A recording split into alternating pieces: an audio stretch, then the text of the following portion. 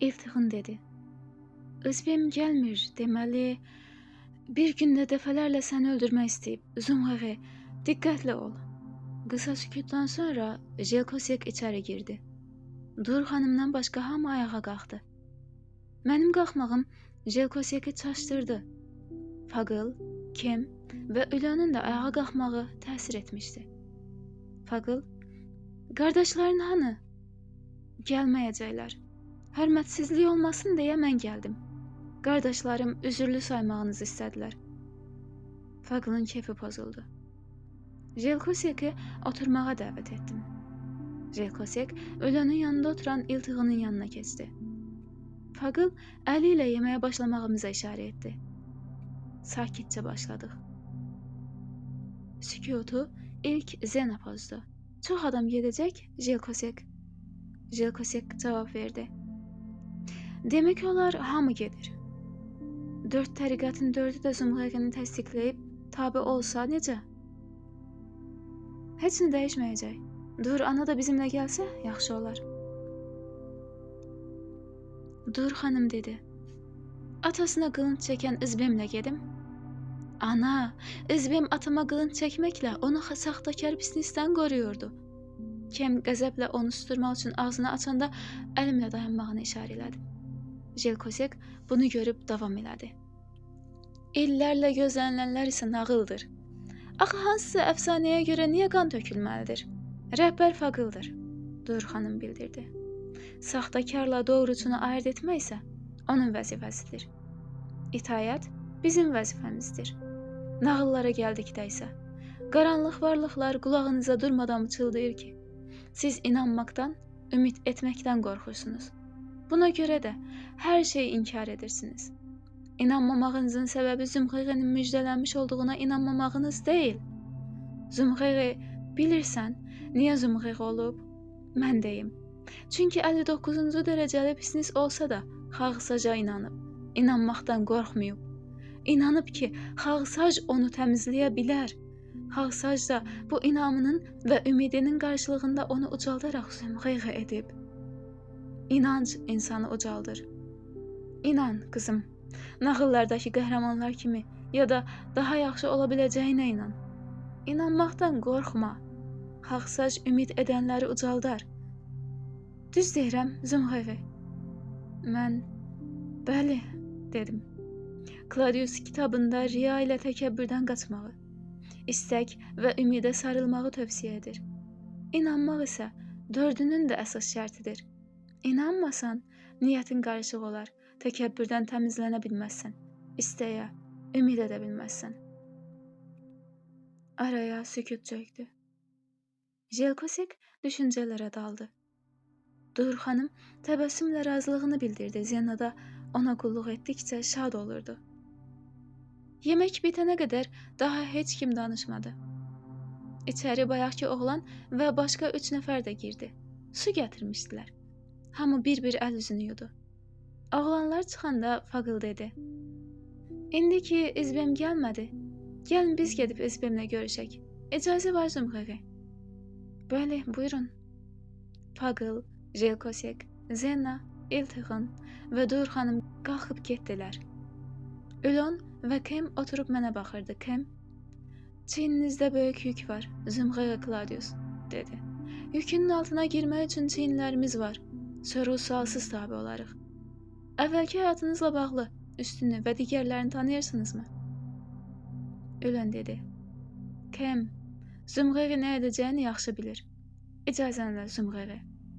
Kem cavab yerinə Ülənin sözlərini eşitməkdən məmnun qalmamışdı. Amma səssizcə qalxıb Ülənlə birgə yumruqlarını sinələrində çarpazlayıb getdilər.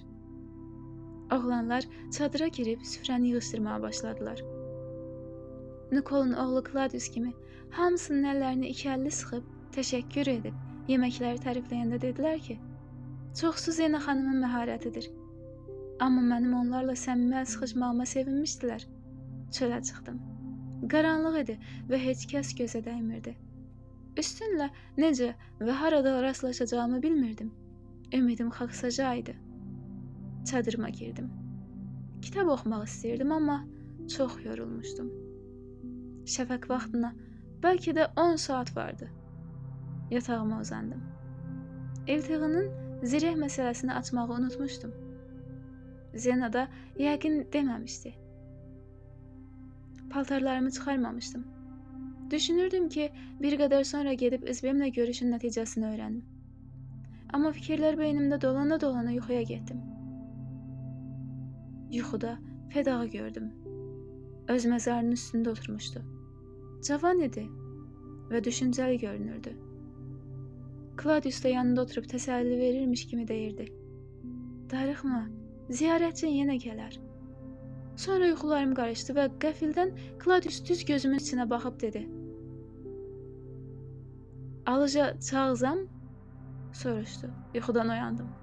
Söz hələ də qulaqlarımdaydı və bərkdən təkrar etdim. Arxam çadırın girişinə tərəf idi və arxadan tanış olmayan səs eşitdim. Qajıq, qajıq. Dirsəklənib arxaya baxdım. Zəhmli bir kişi xəncərini havaya qaldırıb durmuşdu. Amma gözlərindən axan yaş çırağın işığında parlayırdı. Bu kişi ölünün dəstəsindən idi. Xəncərini ağır-ağır aşağı saldı. Tələsik gözlərini silib getdi. Çaşıb qaldım. Əvvəlcə arxasınca getmək istədim, amma sonra həvəsə baxın ki, çıraq işığında alıca çağızam cümləsinin mənasını axtardım. Edəcəksənmi? Mənasını verirmiş. Qajıq isə yox deməkmiş. Görünür, məni öldürməyə gəlibmiş. Və mən sualı təkrarlayanda ona ünvanladığımı düşünüb. Claudius yenə vaxtına yetişmişdi. Çöldə insanlar gəlib gedirdi. Məşəllər yanırdı. Onlara mane olmamaq üçün çıxmadım. İzbem yəqin birazdan yola çıxacaqdı. Çöldən it, bayquş və insan səsləri gəlirdi. Ara bir at kişnərtiləri də yüksəlirdi. Səslərə qulaq verərək mürgüləmişdim ki, yenə çöldən tanış nəğməni eşitdim.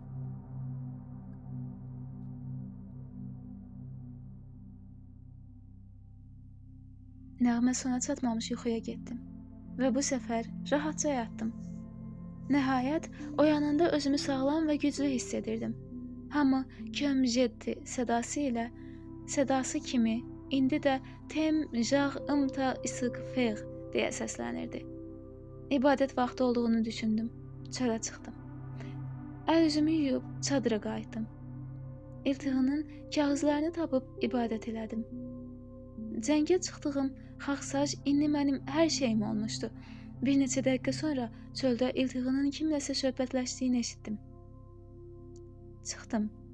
Jinjak ilə ortalıqda yavaş addımlarla dövrə vuraraq söhbət edirdilər. Məni görüb çağırdı. Günün aydın, Zümrəyə, yaxın gəl.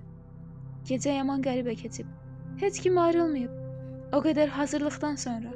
Bu sənin kəramətindir, yoxsa üstünün hiləsi? Jinjak edam dirəyini göstərib dedi. Hətta o xəncərin sahibi də getməyib. Dönüb baxdım. Xəncər dururdu, amma dəsmal yox idi. Mən şəfəqə hələ bir saata yaxın var. Hər şeyi hesaba qatarıq. İltihın, qorxuram İzbem qiyama hazırlaşsın. Jinjak istehza ilə gülümsədi. Ülon olan yerdə